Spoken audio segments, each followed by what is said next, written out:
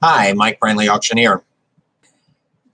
I've advised auctioneers for well over a decade, probably close to 20 years, traveling around the United States.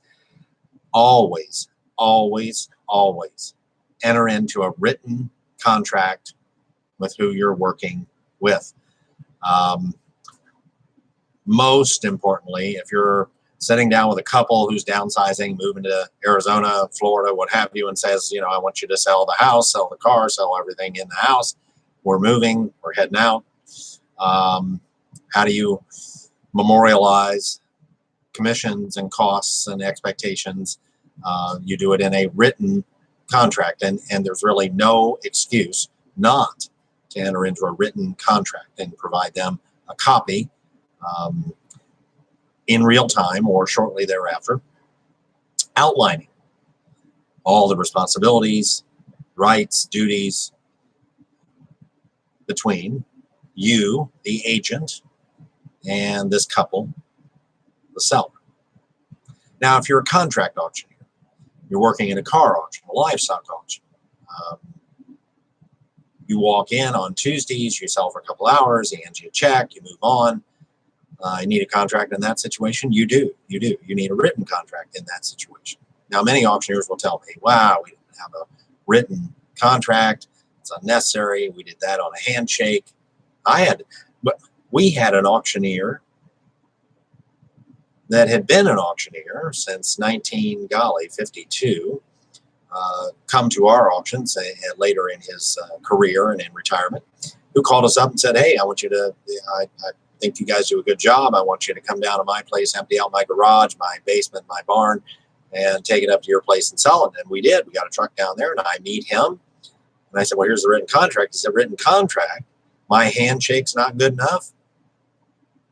I said, your handshake's not good enough. Nobody's handshake is good enough. Everything's fine until it isn't.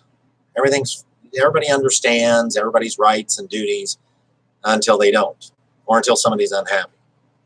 You contract with this couple that's moving, and you sell the car and you sell the house and you sell all the rest of the stuff, and they're not happy with what the auction brought. They didn't think the house brought enough. They were really disappointed in the car and the ultimate price.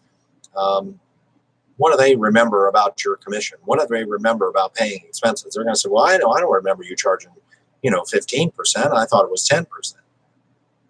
See, when people are happy, it never occurs to them that there's any problem with their agreement. Everything's fine. Everything's fine.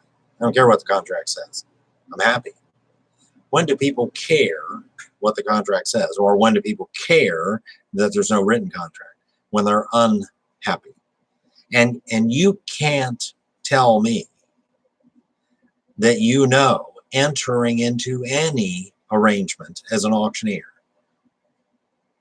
You're doing an auction on site, you're doing consignment auctions with multiple sellers, you're a contract auctioneer, you're a benefit auctioneer.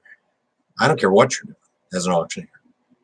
If you're working as an auctioneer, you need a written contract with somebody, because, again, you can't tell me that there aren't going to be issues, there aren't going to be problems, that somebody isn't going to be unhappy. And then what are they going to do? They're going to look at the contract, or in your case, they're going to look at the absence of a written contract and remember your arrangement differently.